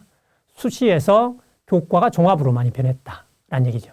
그 다음에 교과 전형 보면은 졸업 예정자만 지원할 수 있었는데 재학생만으로 4%. 4%는 변화는 없습니다. 인문계만 최저가 좀 감소했고요. 완화됐고요. 그 다음에 학업 우수도 인문계만 최저가 완화됐습니다. 네. 그 다음에 학교장 추천과 학업 우수 전형 간에는 복수 지원할 수 없습니다. 학교장 추천을 쓰는 학생이 학업 우수에는 원서를 못 넣는다는 얘기죠. 계열적 합평에는 넣을 수 있습니다. 근데 학업 우수는 학교장 추천과 동일하게 지원할 수는 없다. 그런 얘기고요.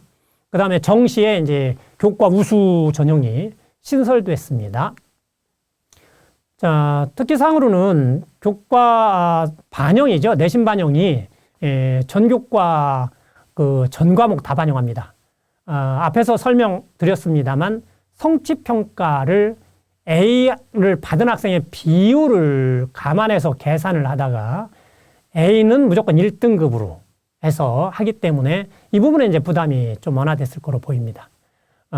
네, 그 다음에 지원도 이제 그렇고요.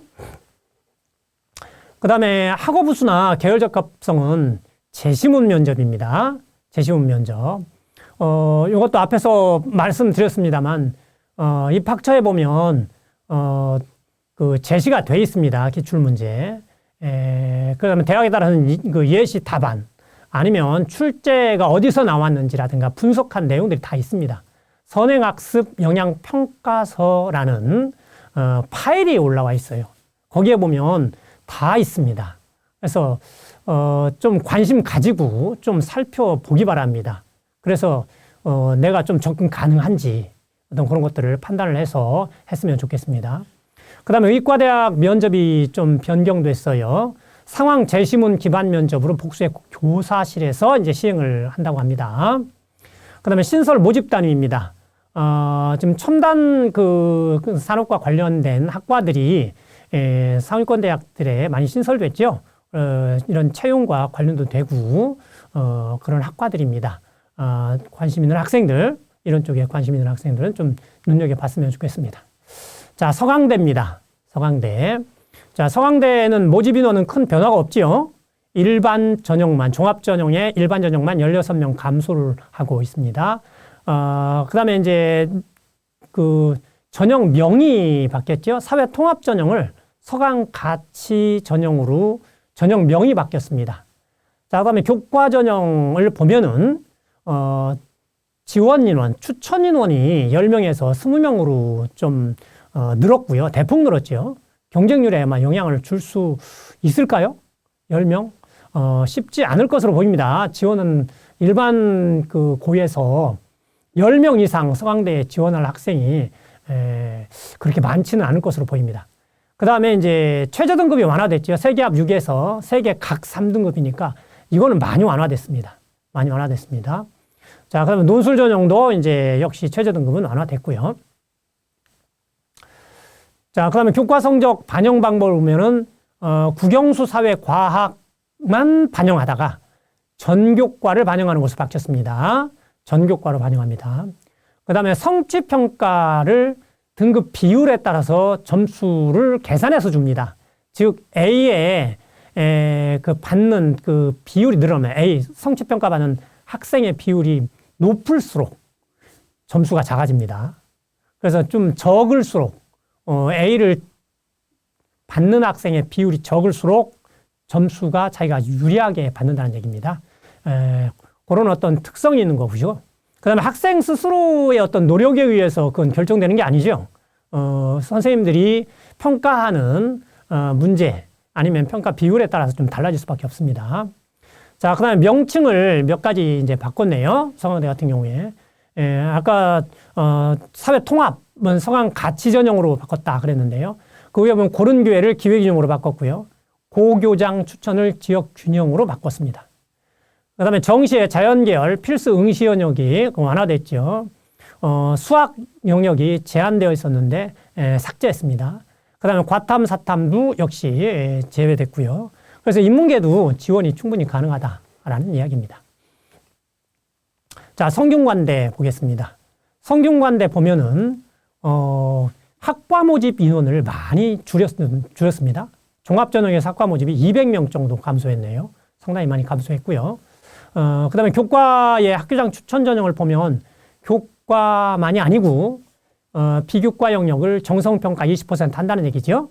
그 다음에 앞에서 살펴봤습니다만 탐구 2개를 그대로 최저등급을 계산하는 탐으로 인정한다는 얘기입니다. 그래서 세계합 6에서 세계합 7로 완화했고요. 그 다음에 글로벌 리더라든가 경제, 경영, 소프트웨어는 세계합 5에서 세계합 6으로 지금 완화시켜 볼 수 있습니다.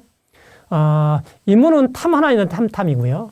그 다음에 자연은 과과였습니다. 작년에. 과과인데, 탐인데 여기 중에 하나는 과학이어야 된다는 얘기죠. 어떤 그런 부분이 있습니다. 그 다음에 종합전형은, 서류백인데 최저를 반영하지 않습니다.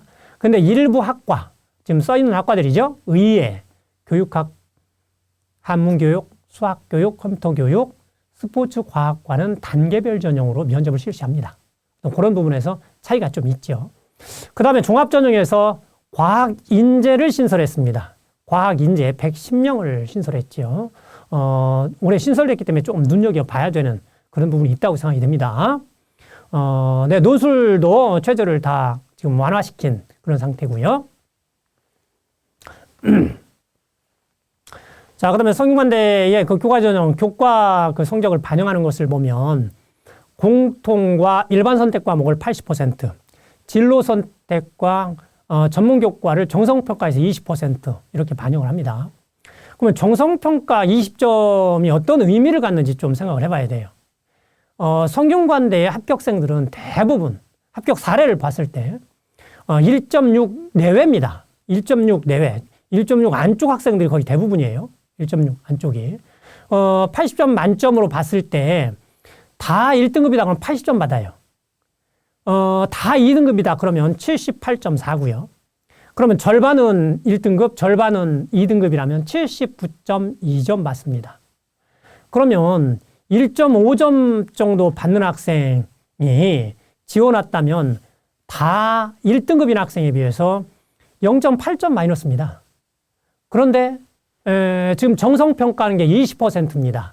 근데 20%를 반영할 때 이게 어느 정도 그 점수 차이를 두고 이렇게 평가할지 모르겠습니다만 굉장히 그 위에 교과 그 성적에 따른 차이가 미미합니다. 그래서 이 그 정성평가의 중요성이 꽤 있을 수밖에 없지 않을까 이렇게 좀 생각을 하거든요. 그래서 성적 및 세특상, 이 세특이나 이런 부분에 대해서 조금 더 관심을 가져줘야 된다라는 생각을 해봅니다. 성균관대는 인문은 서울 캠퍼스에서 하고요. 자연은 수학교육하고 컴퓨터 교육 사범대죠.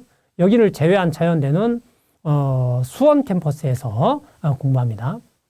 자, 한양대 보겠습니다. 가장 심플한 대학이죠. 최저 등급 없습니다. 면접 없습니다. 가장 간단한 학교입니다. 자, 교과로 지역균형이죠. 지역균형 교과 100으로 합니다. 그 다음에 종합전형도 뭐 서류 100이고요. 없습니다. 대신에 정시에 가면은 인문계열을 상경계열하고 구분해서 지금 점수 배점을 달리하고 있습니다. 수학이 40% 들어가는 것이죠. 상당히 많이 그 수학에 그 비율을 두고 있습니다. 그 다음에 과학, 자연계열에서 과학 2를 하면 3점, 가산제를 이제 작년까지는 줬었는데, 이제 폐지했다. 그런 얘기죠. 교과 성적 반영하는 것은 국영수 사회과학 전 과목과 진로 선택 과목 3과목입니다. 그 다음에 이제 작년에 군이 이제 가군이었던 스포츠 사이언스 학과를 나군으로 바꿨고요. 연극영화학과를 나군에서 가군으로 바꾼 점이 눈에 띕니다. 크게 변화가 없는 그런 학교라고 봐야 되겠죠. 자, 그 다음에 지금까지 알아본 학교들의 그 합격 사례들을 좀 보면은, 네. 합격 사례들을 보면은, 서울대는 종합전형만 있죠. 2.0 안쪽 사례들만 있습니다. 서강대, 서울대 못지않죠. 상당히 높습니다. 한양대, 서울대급이네요. 최저가 없기 때문에 이제 한양대 더 이런 현상들이 더 나타납니다. 그 다음에 연세대, 고려대, 성균관대 어때요? 합격생의 성적 차이가 큰가요? 물론 과에 따라서 좀 높낮이가 좀 다를 수는 있습니다만 종합전형 준비 정도 아니면 최저 등급의 어떤 정도 이런 것들과 관련해서 찾아간다는 얘기입니다. 이 상위권 대학을 진입을 하려면 좀 더 종합전형을 탄탄히 준비를 하든지 내신을 극단적으로 높게 받든지 좀 해야 될 필요성이 있다는 얘기입니다. 그래서 상위권 이런 대학을 도전하고 싶다면 종합전형에 대한 앞에서 말씀드렸습니다만 좀 더 매력적인 학생부가 될 수 있도록 심화 탐구 할 수 있기 바랍니다. 자, 중앙대학교입니다. 중앙대학교 보면 이제 인원 비중을 보면 큰 변화 없지요. 교과나 종합이나 노술이나 정시나 큰 변화 없습니다. 자, 지역균형 보면은 그 출결 10% 반영합니다만 대학에서 출결을 반영하는 것은 병결이나 이런 것이 아닙니다. 미인정 결석입니다. 다 미인정 결석만 이야기하기 때문에 너나만한 경우가 대부분이겠죠. 그래서 요거는 이제 교과 90으로 거의 뽑는다라고 봐야 되겠습니다. 최저 등급은 세계합 7입니다.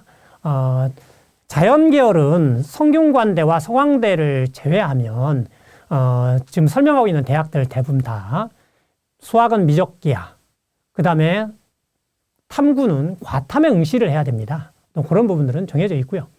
자, 그 다음에 이제 간호학과 같은 경우는 작년에는 자연계열 응시자들, 즉 수학 미적기하나 과탐 응시자만 지원할 수 있었는데요.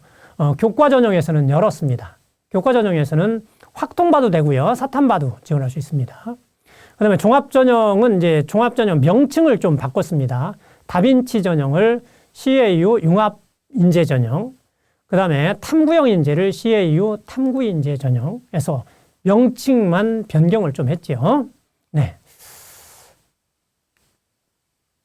교과 성적 반영을 보면 지역균형은 국영수 사회과학 전 과목에서 90%, 진로 선택 과목 10%에서 반영을 하고요.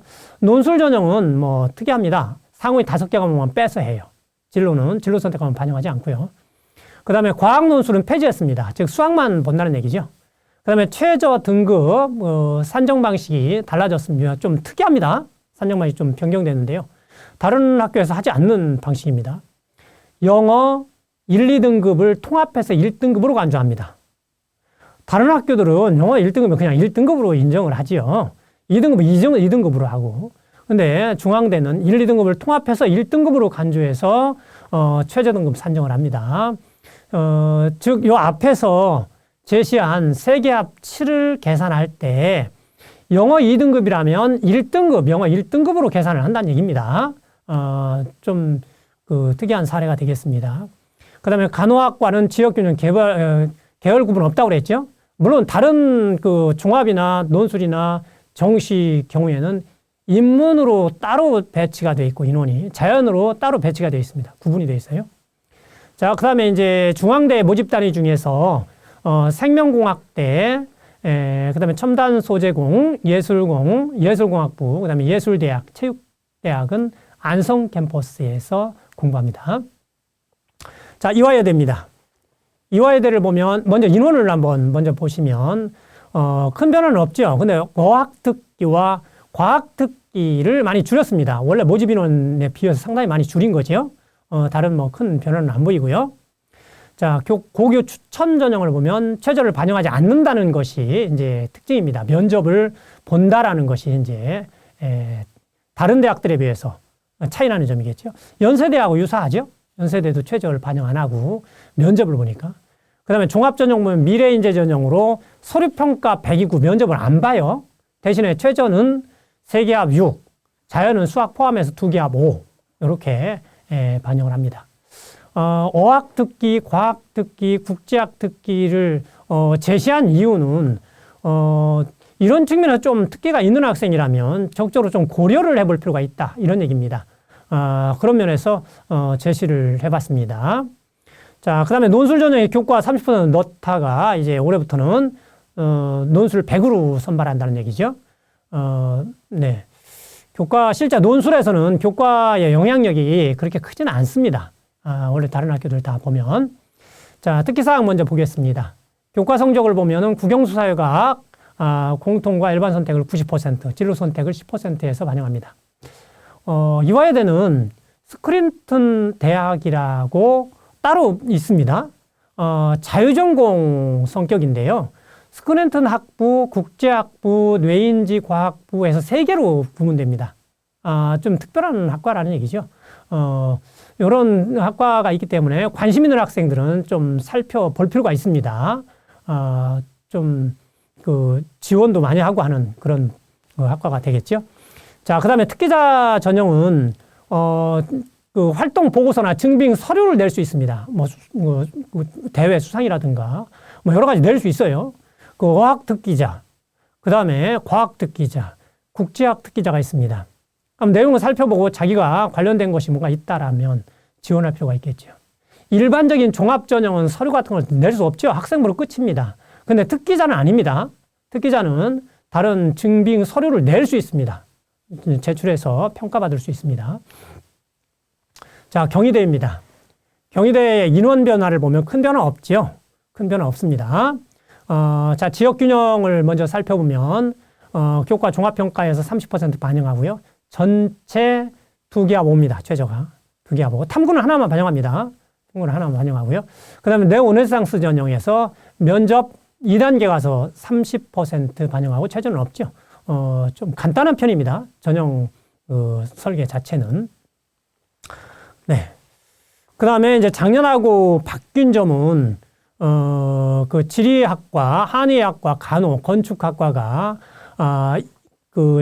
응시 영역이 이제 제시됐다는 얘기입니다.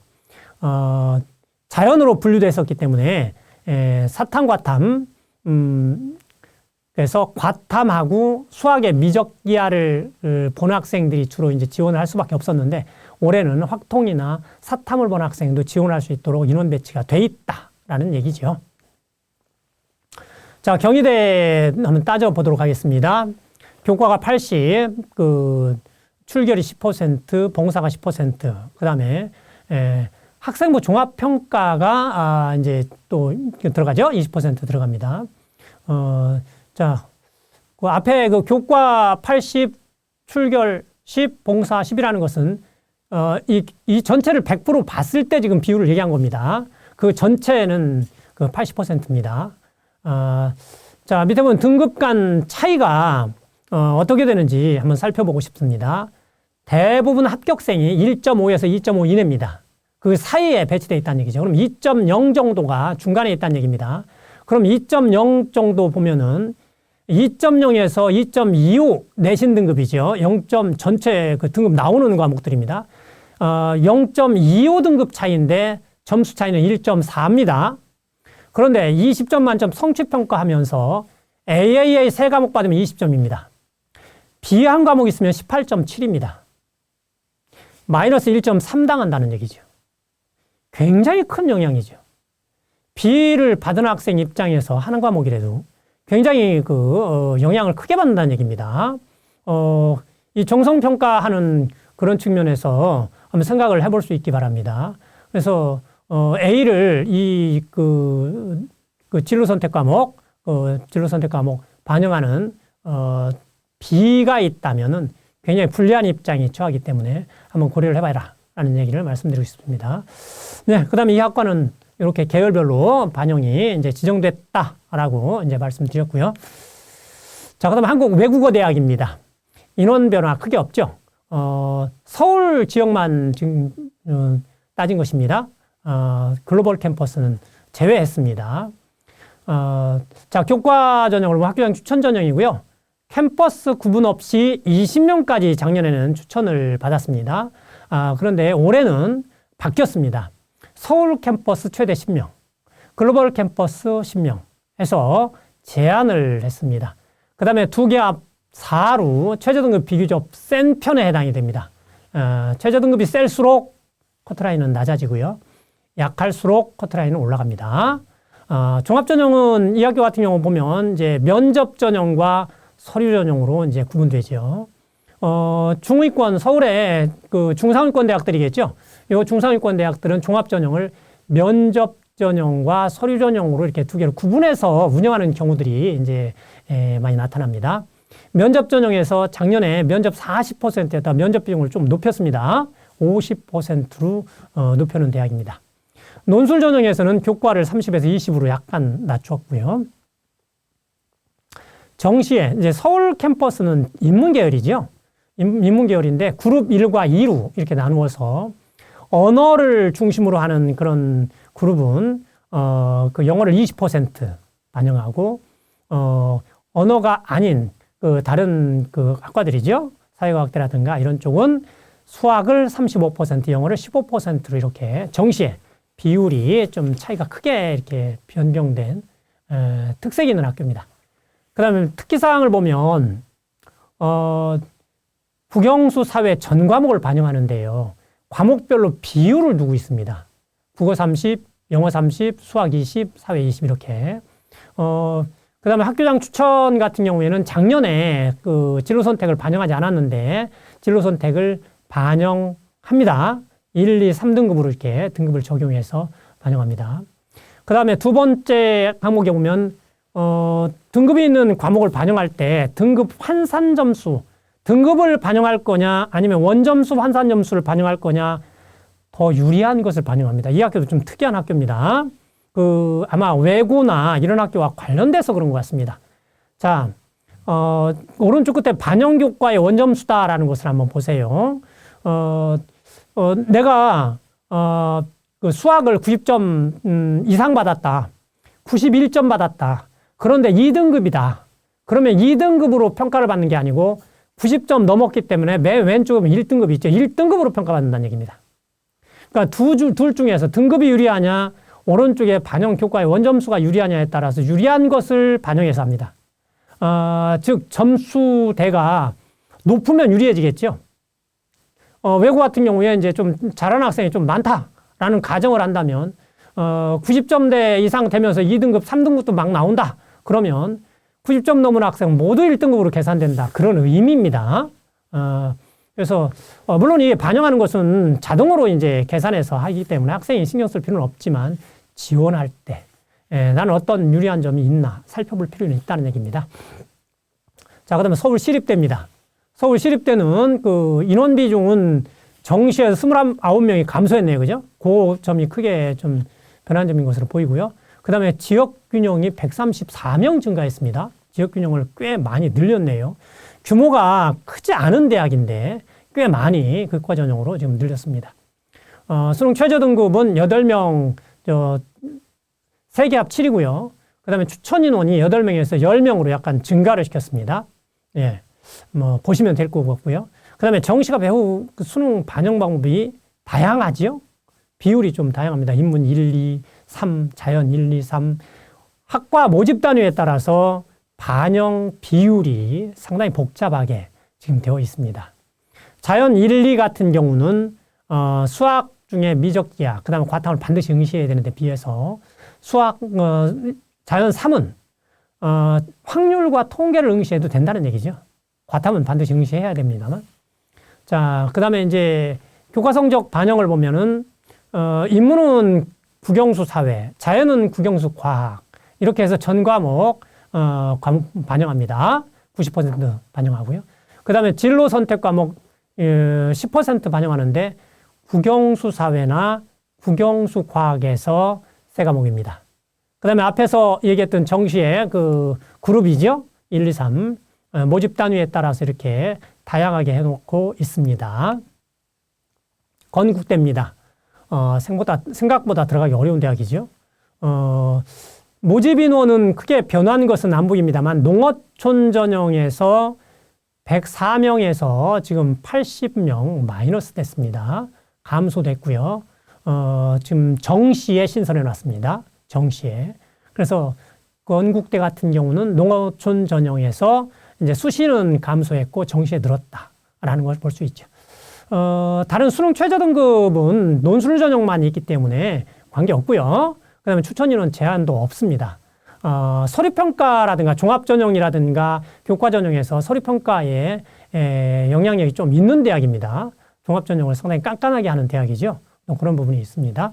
그 다음에 정시에 한국사 5%를 기존에 반영을 했었는데 감점제로 바뀌었고요. 영어 10%로 감소했고 국어 수학을 5%씩 이렇게 증가시키고 해서 작년하고 비교했을 때 그 비율 변화가 있는 대학입니다. 자, 그 다음에 교과 성적 반영을 보면은 국영수사과 전 과목에서 이렇게 반영을 하고요. 비교과 정성평가를 합니다. 정시 계열 구분은 또 이렇게 이제 모집 단위에 따라서 좀 달리 하고 있습니다. 자, 동국대입니다. 동국대도 인원 변화는 크게 보이진 않죠. 크게 보이진 않습니다. 정시에 일반 전형으로 34명이 는 것 이외에는 큰 변화는 없습니다. 학교장 추천 같은 경우에 서류평가의 종합전형 성격이 매우 강합니다. 그러다 보니까 이제 그 교과 성적도 잘한 거 10과목만 이렇게 빼서 반영을 하고요. 그래서 좀 특색이 있는 학교지요. 종합전형 성격입니다. 그 다음에 추천 인원 8명이고요. 네. 다른 점은 뭐 살펴보면 될 것 같습니다. 그 다음에 정시도 역시 건국대와 마찬가지로 한국사 5% 반영을 감점으로 이제 바꿨고요. 그래서 비율 변화가 또 있는 그런 학교입니다. 자, 동국대 특징을 보면은, 특징사항을 보면 학교장 추천, 사고 10과목을 반영합니다. 그러다 보면 실제로 합격한 학생들의 내신 등급이 굉장히 높습니다. 그 다음에 논술 전형을 보면은 국영수사회 교과에서 상위 10과목입니다. 그 진로 선택 과목은 반영하지 않습니다. 진로 선택 과목은, 종합 평가를 하면서 들어가는 거고요. 논술 전형에서는 반영하지 않습니다. 그 다음에 바이오 시스템 대학은 경기도 고양 캠퍼스에서 공부합니다. 그 다음에 홍익대입니다. 홍익대. 최저 등급이 낮춰진 것이 좀 가장 큰 특징이겠죠. 인원 변동은 그렇게 크게 변화가 없는데요. 미술 우수자가 작년에 종합전형에 있었습니다. 근데 올해는 실기 실적 전형으로 변경된 것 이외에는 그렇게 큰 변화는 없습니다. 최저 등급이 완화됐고요. 종합전형에서 세계합 7에서 세계합 8로 그런 변화가 있는 대학입니다. 네. 그 다음에 이제 교과 성적 반영은 국영수 사회 인문은 자연은 국영수 과학에서 전 과목을 반영하고 진로 선택 과목은 10%를 반영합니다. 점수가 10점, 9점, 7점 이렇게 배치가 돼 있죠. 그 다음에 미술 우수자는 국어, 영어는 필수고요. 플러스 택일이죠. 수학, 사회, 과학 중에서 이제 한 영역을 반영한다는 얘기입니다. 자, 그 다음에 작년에 비해서 변화가 있습니다. 학교장 추천에 자연계열, 캠퍼스 자율전공을 지원을 할 수 있는 학생이 작년에 수영과 교과가 70단위 이상 이수가 필수였습니다. 삭제됐죠. 이건 큰 의미는 없었을 것으로 보입니다. 근데 미술 우수자는 작년에 영향이 좀 있었습니다. 그래서 지원을 실제로 못하는 학생도 있었죠. 미술에 관한 진로 선택이나 전문 교과를 한 과목 이상 들었어야 됐어요. 그런데 올해부터 지금 삭제됐죠. 그래서 미술과 관련된 진로 선택 과목이나 전문 교과를 듣지 않아도 지원할 수 있습니다. 자, 이 그룹의 합격 사례를 보면 이렇습니다. 자, 중앙대 이제 좀 폭이 넓은 걸 볼 수 있고요. 역시 종합전형이 조금 더 뒤로 밀리죠. 좀 더 0.5등급 정도로는 뒤로 가 있는 걸 볼 수 있습니다. 0.5등급 정도로는. 그래서 요 종합전형, 최저등급도 걸린 학교도 있습니다. 지금 홍익대 같은 경우가 그렇죠. 이화여대하고. 그래서 큰 차이가 없이, 나타나는 경우도 있고, 좀 더 벌어지는 경우도 있습니다. 종합전형 준비를 좀 더 잘해서, 최소 0.5등급 정도는 극복하고, 지원해서 좋은 성과를 있기를 좀 당부드립니다. 자, 숙명여대입니다. 이제 몇 학교 안 남았습니다. 자, 숙명여대 보면 면접형과 서류형으로 또 구분되어 있죠. 면접형과 서류형으로 구성되어 있고요. 서류형이 57명 감소했으면서 숙명 디지털 융합학부가 이제 전형이 신설됐죠. 숙명 디지털 융합 전형이 신설됐습니다. 58명 서류형입니다. 역시 구분을 해서 또 하나 더 만들었네요. 자, 그러면 지역균형은 10% 이내 추천을 하다가 추천 인원 제한을 없앴고요. 최저등급은 2개 합 5로 적용되고 있습니다. 그 다음에 IT공학 맨 아래쪽에 설명이 있는데요. IT공학, 통계, 의료학은 응시 과목 제한이 없습니다. 수시 최저등급이나 정시에 이제 그 응시 특별한 제한은 없다는 얘기입니다. 자, 교과 성적 반영을 보면 국영수 사회과학 전 과목을 반영하고요. 진로 선택 과목 3과목을 반영합니다. A, B, C 1, 2, 4등급을 하다가 1, 3, 5등급으로 아마 등급 간 격차를 더 벌렸는데요. 뭐 원인이 있겠죠. 만약에 거의 대부분 학생이 다 A를 받아왔다. 그렇다면 B를 굳이 이렇게 늘릴 필요는 없을 것이라고 생각이 돼요. 근데 지금 벌렸다라는 게 B를 받는 학생도 있다라는 생각이 좀 들거든요. 그래서, B, 좀 생각을 해봐야 될 것 같습니다. 좀 감점을 더 준다는 얘기죠. 자, 국민대입니다. 국민대는, 모집 인원이 좀 변한 게 있죠. 지금 국민 프론티어 전형에서 종합 전형을 많이 줄였네요. 163명을 줄이고, 교과를 83명 늘리고, 정시의 인원을 한 60여 명 가까이 늘렸네요. 꽤 늘린 상태가 됩니다. 자, 그 이외에는 큰 변화가 없는 대학입니다. 최저등급도 크게 변화 없고요. 농어촌 전형을 100명을 뽑는데 단계별에서 이제 서류 100으로 변경됐네요. 예. 그 다음에 교과 성적 반영은 진로 선택 과목을 반영하지 않다가 상위 3과목 15% 넣고 있습니다. 자, 서울과학기술대입니다. 서울과학기술대도 전형명을 하나 바꿨어요. 창의 융합인재지요. 이게 작년에는 첨단인재 전형이었습니다. 첨단인재전형인데 창의 융합인재로 바꿨고요. 모집 인원은 뭐 그렇게 큰 변화는 없는 것으로 보입니다. 고교 추천 전형은 최저가 있죠. 2개 합 7. 그리고 자연계열은 수학 미적기하나 과탐에 응시해야 되고요. 추천 인원은 최대 10명까지 추천을 할 수 있습니다. 그 다음에 맨 아래쪽에 오면 스마트 ICT 융합공학과를 신설했습니다. 신설된 학과가 있습니다. 특기사항 보면은 내신 성적, 그 교과 성적은 뭐 이렇게 반영하고요. 인문자에 나누어서 국영수 사회, 국영수 과학, 전 과목을 반영한다는 얘기죠. 그 다음에 이제 진로 선택 과목은 세 과목에서 이렇게 반영하고요. 자, 미래융합대학을 분리 모집합니다. 학부 모집에서 이제 과학 모집으로 변경됐다는 얘기죠. 네. 자, 숭실대입니다. 숭실대. 인원 변동은 크게 없죠. 크게 없고요. 지역균형 인재는 추천 인원 제한이 없으면서 2개 합 4인데, 이게 굉장히 높은 최저 등급이죠. 2개 합 4. 2개 합 4. 교과 100입니다. 그대로. 그 다음에 종합전형은 미래인재, SSU 미래인재로 뽑고요. 면접이 있습니다. 그 다음에 정시의 이 학교도 반영할 때 인문도 둘이죠. 인문계, 그 다음에 경상계. 자연 1, 2, 모집 단위에 따라서 이제 비율이 좀 달리 되는 걸 볼 수 있습니다. 이런 부분에서 이제 좀 차이가 있다라는 걸 볼 수 있고요.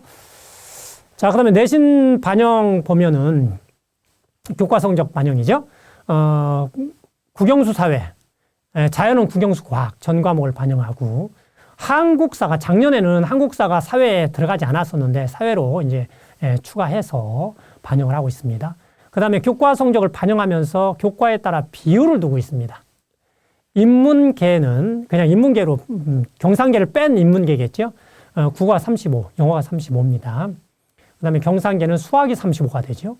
자연계열처럼 수학을 많이 봅니다. 네. 그 다음에 모집 단위. 정시에 수능 반영 비율을 좀 달리 하는데요. 모집 단위를 보면, 아래와 같습니다. 세종대입니다. 마지막입니다. 모집 인원 비율은, 이 모집 인원은 거의 뭐, 변화가 없네요. 교과는 지역균형이 있고, 뭐, 항공 시스템, 학과가 있습니다. 지역균형은 교과 100이고요. 최저등급을 2개 합 6으로 하고 있습니다. 자연계열은 2개 합 7입니다. 항공 시스템은, 군에서 의뢰해서 하는, 그 모집입니다. 지금 밑에 종합전형에 국방 시스템이 있는데, 국방 시스템도 작년에는 교과에 있었어요. 근데 교과에 있으나 종합에 있으나 지금 그렇게 큰 차이를 보이는 건 아닙니다. 1단계에서 지금 서류백이냐 교과백이냐가 차이가 있겠죠. 다른 2단계는 변화가 없습니다.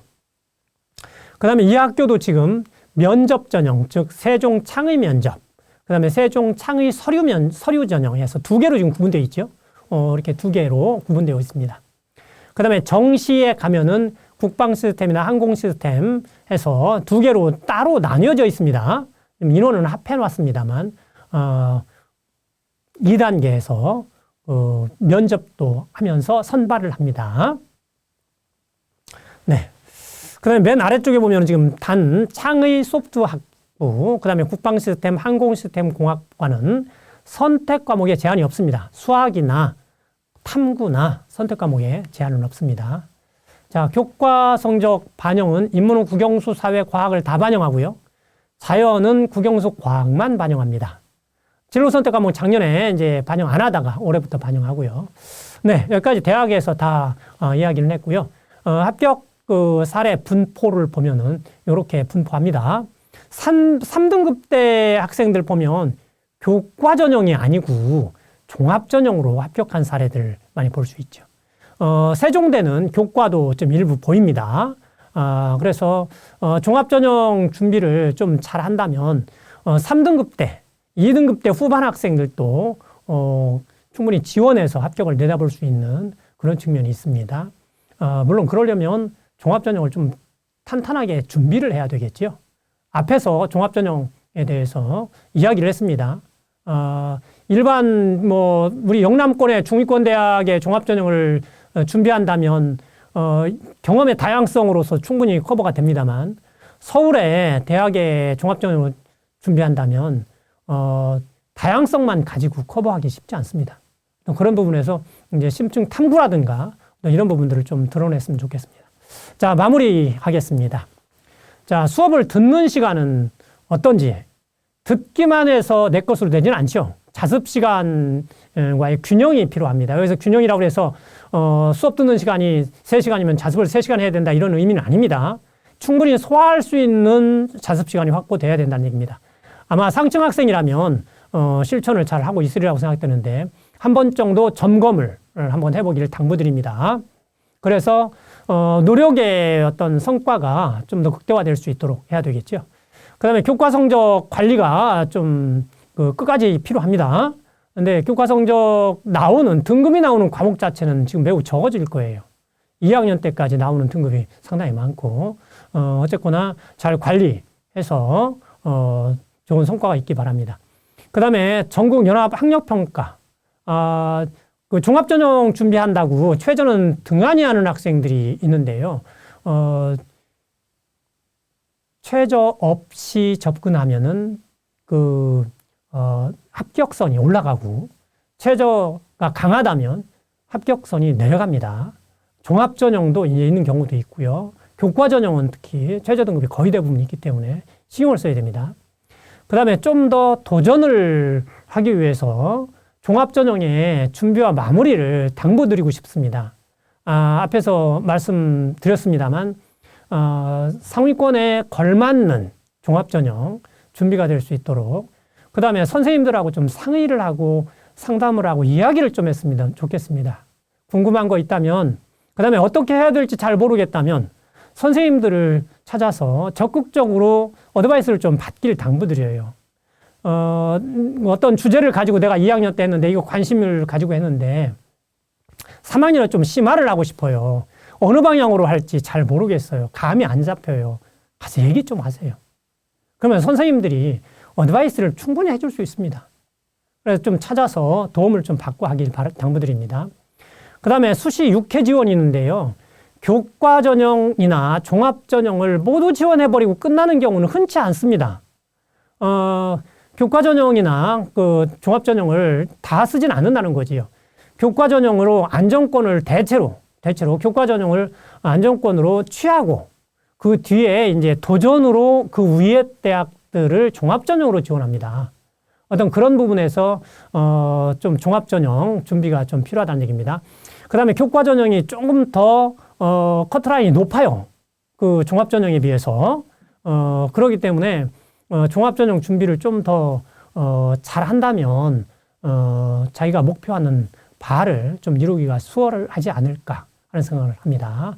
네, 여기까지 해서 마치겠습니다. 장시간 들어줘서 감사합니다. 이상입니다.